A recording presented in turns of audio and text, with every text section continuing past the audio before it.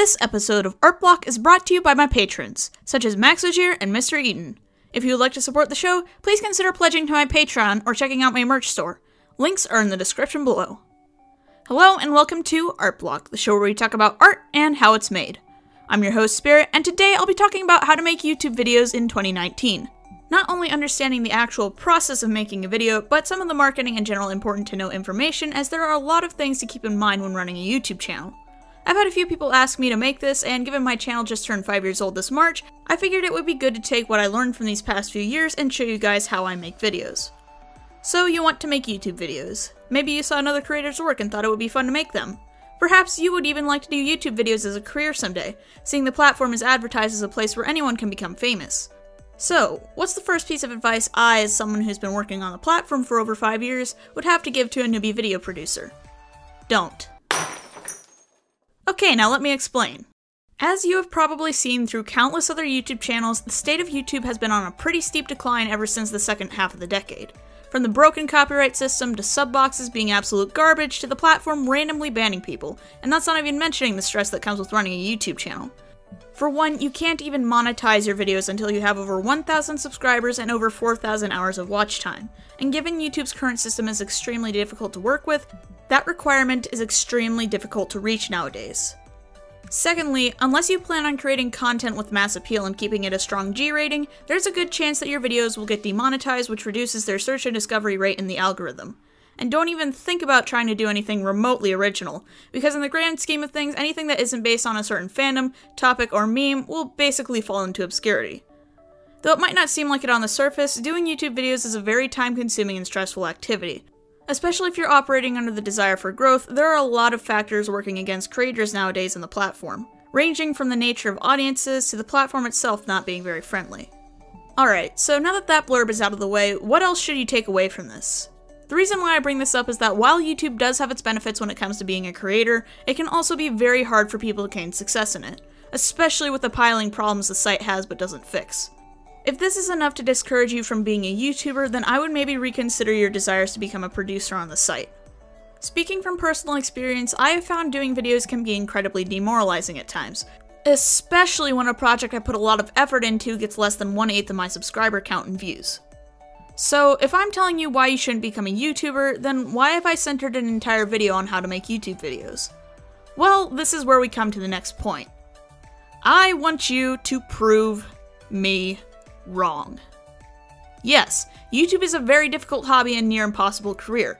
However, at the same time, if you feel that you have something new to add to the table, then who am I to stop you? For all we know, you could be the next big thing to happen to YouTube, and here I am telling you to quit now. So yeah, you want to make YouTube videos? Show me that you have what it takes. So now that that little pep talk is out of the way, let's talk about some of the basic guidelines for YouTube videos when it comes to quality.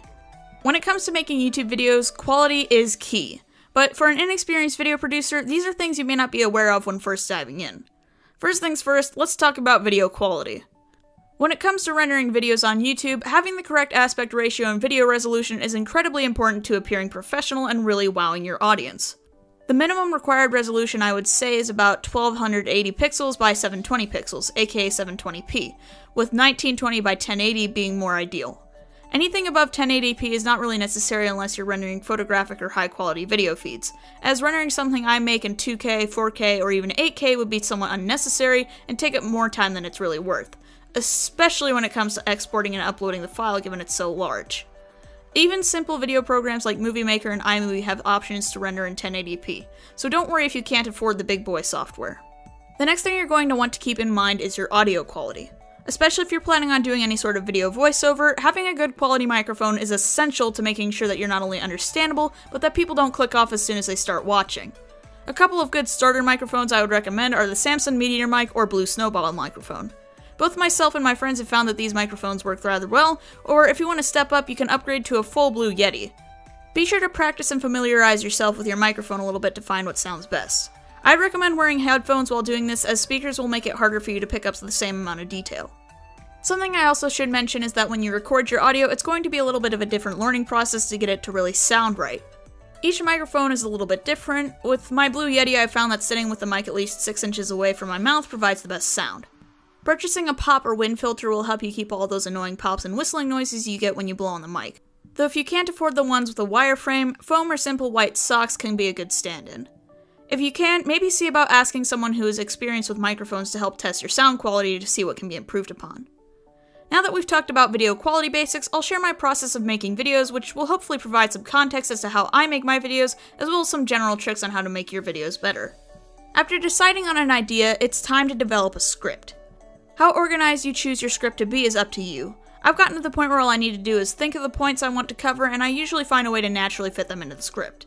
However, if you're someone who wants to be a bit more organized with your video structure, I would maybe suggest setting up a basic skeleton of where you're going to start, the points you're going to make, and your conclusion. Writing video scripts is very much like writing an essay. I would suggest if you're planning on doing something informational to try and stick to a simple format that's easy to keep track of so your points don't get too muddled. I found that around 2,000 to 2,500 words gets me around close to the 10-minute mark, but it also depends on how quickly you speak in your videos and how much you enunciate. Once you've decided on a script, one thing I would recommend is proofreading it. I myself have noticed I have a nasty habit of using the same word over and over again in my scripts, some to the point where I've jokingly mentioned making a drinking game out of it. Checking to make sure you aren't repeating yourself and what you're saying makes sense is the most important thing when it comes to solidifying your content's quality. After that, it's time to make your way over to recording. When recording, I would recommend using software such as Audacity or GarageBand if you're more comfortable. Be sure to talk as clear as you can and enunciate. Don't mumble or slur your words, and when you slip up, pause for a moment and try again. When recording, try not to be too anxious about getting everything right on the first time. Rather, try to add your own spin and energy to it. Everybody makes mistakes, just remember that you can easily edit it out later. After recording and editing your audio, it's time to get down to visual editing.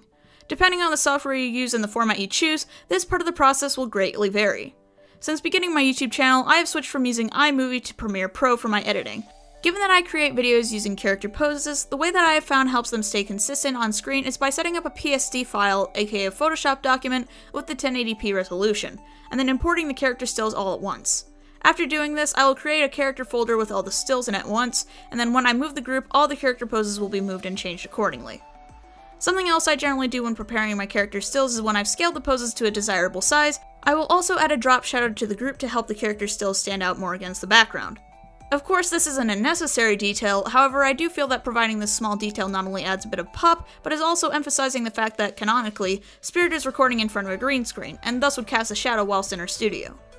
Now when it comes to actually editing your videos, find opportunities to add some little personality in there. Over time, your style will evolve naturally, but whenever you edit, try to add little aspects that you think look nice or add a certain flair to it. Admittedly, having higher quality software such as Sony Vegas or Premiere Pro will help with this, as they are far more flexible, but you can do quite a bit of work with programs such as iMovie. To give a bit of context, every video up until Art Block 16 was edited with iMovie. Using simple things such as Ken's burns and transitions can do wonders for your visuals, and even then little green screen effects can do tons to really spice up your video.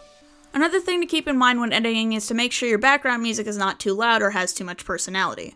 When looking through royalty-free music, I generally try to avoid anything that has vocals, intense beats, or synths in it. Usually picking anything with acoustic guitars, soft synths, or piano is good, and in general you'll want to have it quiet enough where it's barely noticeable, but still a nice touch. Background music is almost like a spice. You want it just enough so that you can taste it, but not so overpowering that it takes over the flavor of the main dish. When you've finished your editing, it's important to do one final scrub to make sure there are no major errors, such as blank spaces or bad cuts that you may have left in the footage. When you do this, I would recommend taking at least a 10 to 15 minute break to step away from your computer and come back to make the final scrub. This will allow you to come back with fresh eyes and see any errors you might have missed while editing. Once you've completed a video, it's time to export it and prepare for the marketing process of YouTube. A big pet peeve of mine when I see other people's videos is that they don't really structure their title card well, or they title their video in a way that makes it seem unprofessional. When it comes to your title card, you need to ask yourself what is the main point of your video. For me, since most of my videos are meant to educate on a specific topic, I usually try to include an illustration or some other visual that shows what I'm covering and can be easily recognizable. If you're going to include text, the general rule of thumb is to make it as easy to see as possible. Yellow, white, or other brightly colored text with contrasting outline will help it stand out more. Another rule of thumb is that, especially if you're including text, see how far you can zoom out your image so that you can't recognize or read what's on the thumbnail. The reason for this is you want your thumbnail to still be legible on smaller screens and when people are zoomed out. Of course, you don't need text in your videos. As an example, my friend Tyandaga actually commissions his thumbnails from another artist, Crafty Fennec, in order to make them visually stand out more and overall be a bit more appealing. If you are one of the few who know how to draw, I myself draw most of my thumbnails as well as add textures, gradients, and so on to add more flair. If you can't draw, photoshopping relevant imagery onto the picture is just as important. Title cards themselves should always be made at the same resolution of your video, preferably 1080 or at least 720p. Now that you've gotten everything made, it's time to set your video to upload. At this point, you simply need to make your title concise and to the point, as well as add around 10 to 20 tags that are relevant to your video. I would recommend using tools such as RapidTags.io to find these relevant tags, as the ones most often used in the search engine may not be the ones that you think up. Also be sure to accurately describe what is going on in your video in the description, and be sure to add any important links such as links to your social media and other videos. What you put in your description actually does affect how you pop up in the searches, so be sure to pay good attention to this part. Something you should keep in mind also is the category of which your video is placed under. I personally flip-flop between entertainment, education, and how-to depending on the style of my video, so it's really up to you. After that, all you need to do is hit publish, share your video around on other sites and groups, and then you finish your work. And that's how you make a YouTube video. Of course, there are a lot of things to do, such as how to run your channel, scheduling, live streams, growth, and whatnot. Tons of stuff that aren't exactly necessary to know when just starting out, and are more just stuff that you kind of learn and figure out. Before we wrap this video up, I have a few pieces of advice to give regarding production in the long term. When you're planning on making a YouTube video, ask yourself why you are making it and what kind of content you would like to make. Keep in mind that you're considering this in the long term. Though you can always change your format and the subject matter of content down the line, it is important to know that with each change there will be hardships. The higher number you have of subscribers, the harder it's going to be to get your audience to switch over. For example, I switched to doing art-related videos around 2,000 subscribers, and at the time I was getting maybe 200 views or so on my art-related videos, but as we can see, that has changed quite a bit since then. In general, make the content that interests you and your audience will eventually come to you. It's not going to be an easy battle, and YouTube itself is far more of a job than it used to be. If it's something you really want to stick with, then be sure to be the best that you can be. And please try to have some fun with it while you can. I'm not sure how long it's going to be until this site completely crashes and burns. Okay, I know I rag on it a lot, but YouTube and becoming a YouTuber has really changed my life for the better, and I probably would be a very different person without it. So that's how you make a YouTube video. Last week on the show I asked if you guys had any tips for drawing people. Onyx Gust says, "Nothing much to add to the video. One thing I learned to do is to mirror my picture like you did when drawing the hair, when I feel the proportions are off but can't put my finger on what's wrong. The changed perspective really helps noticing when the eyes are too narrow, the whole body is leaning to the left, etc, etc. I also have some reference sheets when it comes to feet, hands, and different angles and positions, eyes, or facial expressions. This helps me a lot, even if you draw a pose or facial expression that isn't covered on these sheets, but you already mentioned looking at references, so that doesn't really count as an additional tip." Yeah, I can definitely agree with you on the flipping the whole canvas part. Of course you can't do it in traditional art, but if you have the advantage of using digital art, then flipping the canvas can be a really good way to check your symmetry and make sure nothing's off model. So, for this week's question, what kind of videos would you make if you became a YouTuber, or if you're already a YouTuber, what kind of videos do you cover? Tell me about it in the comments below for a chance to get featured next time. I'm interested in hearing from you. And that's about it for today's show. If you guys like what you saw and you want to see more, make sure to subscribe and hit the bell. It supports me and it's practically free. Also be sure to follow me on Twitter and DeviantArt, where I post artwork and updates about the show. I'm also happy to announce that I am now selling merchandise on Redbubble. Get classics such as It's Just My Art Style, Bandcamp Warrior, and the one and only mug. Everything goes to supporting me in the channel, and you get something awesome in return. All links are in the description. Thank you all so much for watching. I'm Spirit, and I'll see you next time.